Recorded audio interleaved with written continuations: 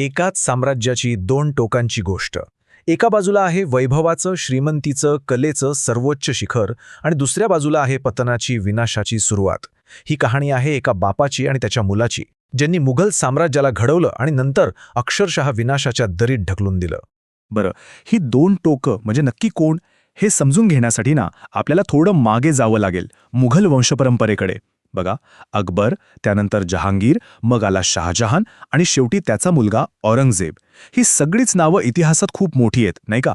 पण आज आपण लक्ष देणार आहोत फक्त दोन नावांवर, याच साखळीतल्या दोन अत्यंत महत्त्वाच्या कड्यांवर, शहाजहान आणि औरंगजेब.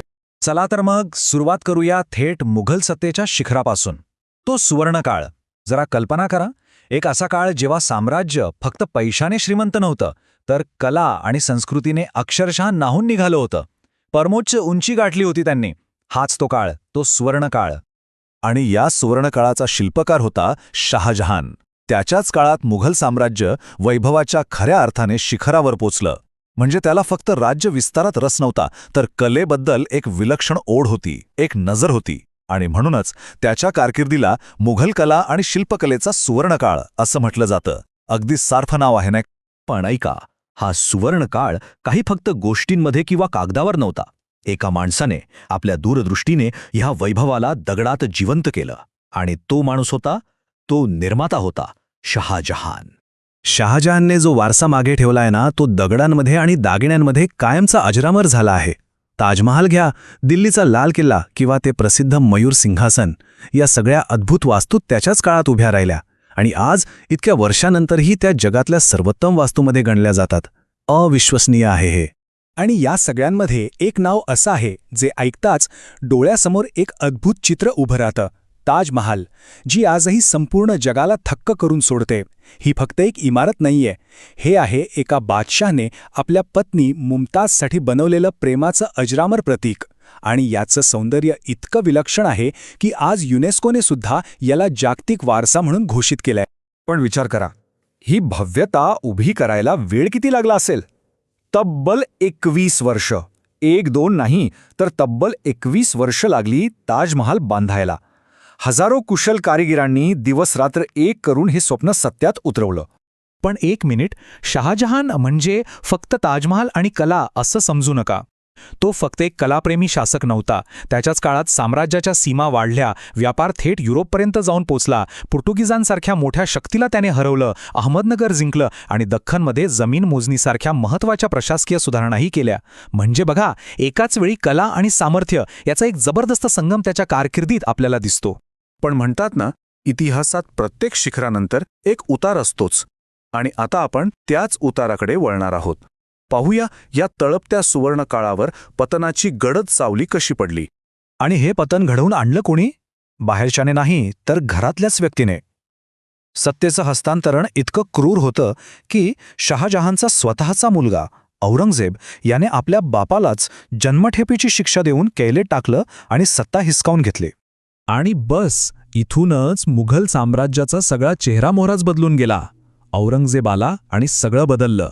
जिथे कला होती तिथे आली कडक शिस्त, जिथे निर्मिती होती तिथे आला फक्त आणि फक्त विस्तार आणि नियंत्रणाचा हव्यास. म्हणजे बाप आणि लेकामधला फरक इतका स्पष्ट होता की विचारू नका.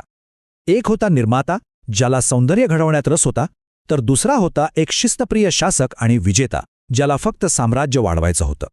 जिथे शहाजहानने कलेला आणि वास्तुकलेला महत्त्व दिलं, तिथे औरंगजेबाने आपलं लक्ष कुराणातील तत्त्व आणि सततच्या युद्धांवर केंद्रित केलं. औरंगजेबाने ठरवलं की संपूर्ण साम्राज्याला आपल्या नियमांनुसार बदलायचं. त्याने एक अतिशय कठोर अशी नैतिक संहिता लागू केली. काय काय बंद केलं?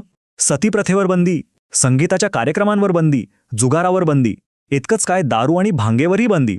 म्हणजे अनेक सामाजिक प्रथांवर त्याने सरसकट बंदी आणली. आता साहजिकच आहे, त्याच्या याच कठोर धोरणांमुळे आणि कडक शासन पद्धतीमुळे लोकांच्या मनात त्याची प्रतिमा क्रूर शासक अशी झाली. आणि मग काय, ह्याच असंतोषातून हळूहळू विरोधाची आग भडकायला सुरुवात झाली.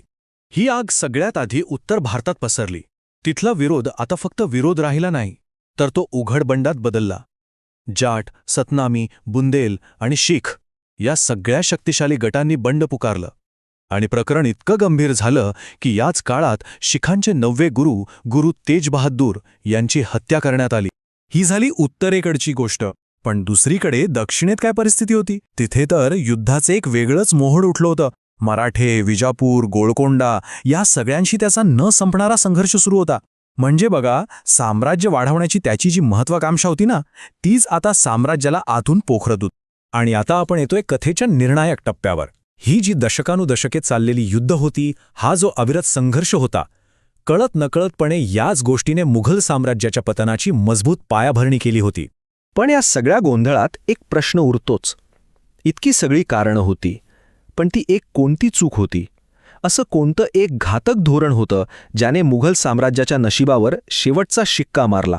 आणि त्याचं उत्तर आहे राजपूत. हो, तो अंतिम धक्का बसला तो राजपूतांना दुखावल्यामुळे. विचार करा, जे राजपूत एकेकाळी मुघल साम्राज्याचे सर्वात मोठे, सर्वात विश्वासू आधारस्तंभ होते, त्यांनाच औरंगजेबाने आपल्या धोरणांनी शत्रू बनवून टाकलं. आणि ही एक चूक, ही एक ऐतिहासिक चूक मुघल साम्राज्याच्या पतनाचं सर्वात मोठं कारण ठरली.